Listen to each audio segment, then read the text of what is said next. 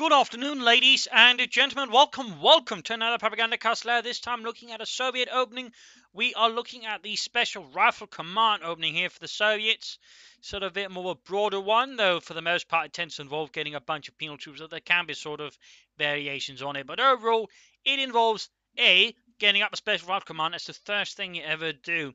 And then sort of it can generally branch out in a few directions. Generally, though, as part of the opening, though, you'll want another unit out as you're building up the Special Rifle Command. Otherwise, the problem a bit with the Special Rifle Command is it's a slow start in terms of just getting units out in the field, especially for the Soviets, otherwise, usually just getting a bunch of troops out fast.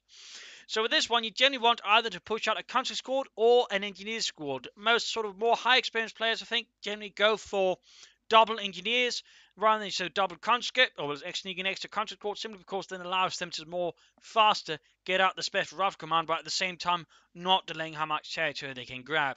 Generally, depending on who you're playing, you might want to go conscripts more likely versus the Oberkommando West, since they can, rush the Soviet player in that way, catch a bit off guard, compared to the Wehrmacht, where I don't think a double engineer start's going to be that punishment, unless the Wehrmacht player just knows you're doing it and rushes you, in which case you might lack that extra counter squad in the early game.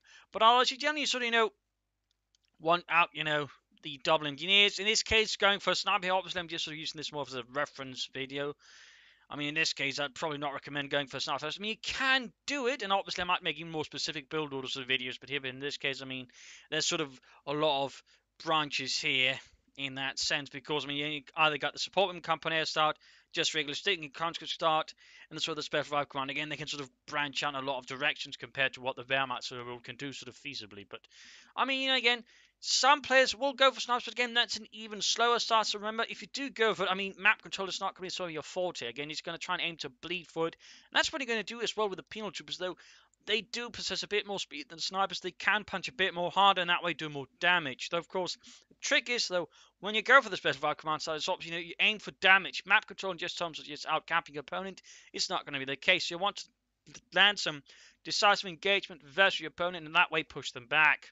The bigger problem, of course, in this engagement, there's going to be the MG42 if you're playing against the Wehrmacht. Against the Oberkommando, though, there's no real suppressive elements right away. So in that regard, you're going to have a freer hand. Whereas the Wehrmacht, your bigger opponent is going to be the MG42 because you can sort of consistently catch your men and send them running. You're quickly going to lose up simply because you don't have that many men, particularly in the early game. So that's sort of, again, a bit the danger of the Special Rifle Command. Again, it's not got so many other sort of moving elements as, Soviet start might otherwise have. And that space is where we can get caught in a bad position. Your opponent can that way control you and control the battlefield, no matter if you go for snipers, penal troops, or whatever. Some players, of course, versus machine guns, like to sneak in scout cars. Of course, they also work well versus the Soviets, so that way, well, not the Soviets, versus the Oberkommando West, to deal with Kubelwagens and the likes, and all just throw them off. In part because the Oberkommando West also lacks early Panzerfaust, unlike the Wehrmacht, who can sort of counter the scout car with an early Panzerfaust. So there are some things there to keep in mind. But overall, again, it's sort of, in terms of versus Wehrmacht, the bigger threats are the MG42 swaps. Now it's going to help a bit with that. If you saw here, Talisman's machine gun there got caught in a pretty bad position. Perhaps he forgot it or had a hard time getting up. But again, map control wise, you're going to look for just getting those decisive engagements and then getting a flamethrower up in your penal troops, since it really improves the performance again versus units in building, versus units in heavy cover.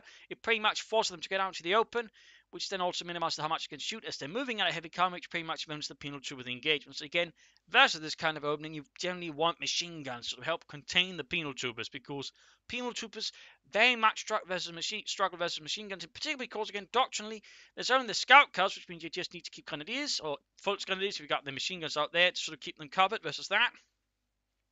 Or it forces them to then either side tech for the support them company to that way get mortars out, for example, or just get a bunch of conscripts and to act small moving elements and decoys. So, I mean, in that regard, again, machine guns tend to be sort of this one's bigger threat. If you just go for an all-infantry build, though, penal troopers will run you down. So, again, you want support weapons, you want machine guns to sort of help contain this. Otherwise, you run into trouble. Most players who then, of course, go for the heavy penal trooper build will go for guard motor. That way, get the heavy mortar out, and of course, guardsmen that way shoring up some of the weaknesses of this one, because if your opponent then rushes ahead for 2-2, your penal troopers will also run into issues because, again, they're weak versus vehicles.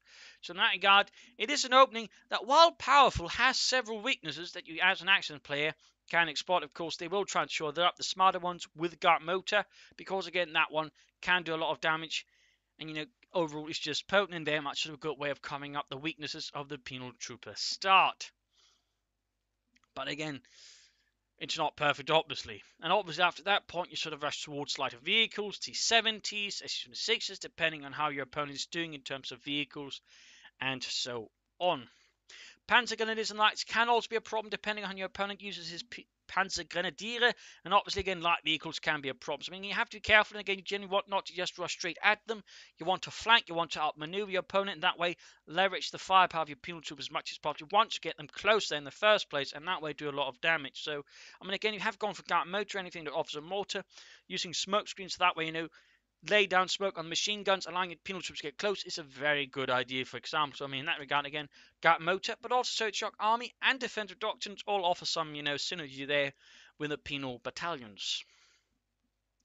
I think that overall sort of covers the strengths and weaknesses of the penal sort of special rifle command opening. Again, overall focus mostly on the penal trooper build because that's what you're mostly going to be seeing, and overall that's just what its variations of. And of course, also how to deal with it, hopefully, and hopefully, so players can show it up. Of course, you can also use reserve army to provide the anti-tank element with the Raketen, Panzerstreaks. You can also use, well, from the tank hunter partisans, also use partisans for that. You can also, in theory, go for tank hunter, but obviously that means you have to go for a lot of conscripts again. That's generally what you aim for. Though, of course, having even a single conscript squad to quickly merge with the penal troopers at the right time can also be quite handy. So again, I think that sort of largely covers how to get the most of the Special Rifle Command starts and how it's the sort of the Germans you want to deal with it. Again, machine guns are a key. Keep your infantry close and I'll try and hunt them down. Try not to engage them solely with the infantry unless you've got sort of an overwhelming advantage. If you can do that, you can sort of generally play around, in which case it comes down to more player skill than just, raw power. So again, hopefully it's been helpful. If it has, like, subscribe, share, comment on it. This is Imperial Lane signing off, and see you all another time for another video. Cheers.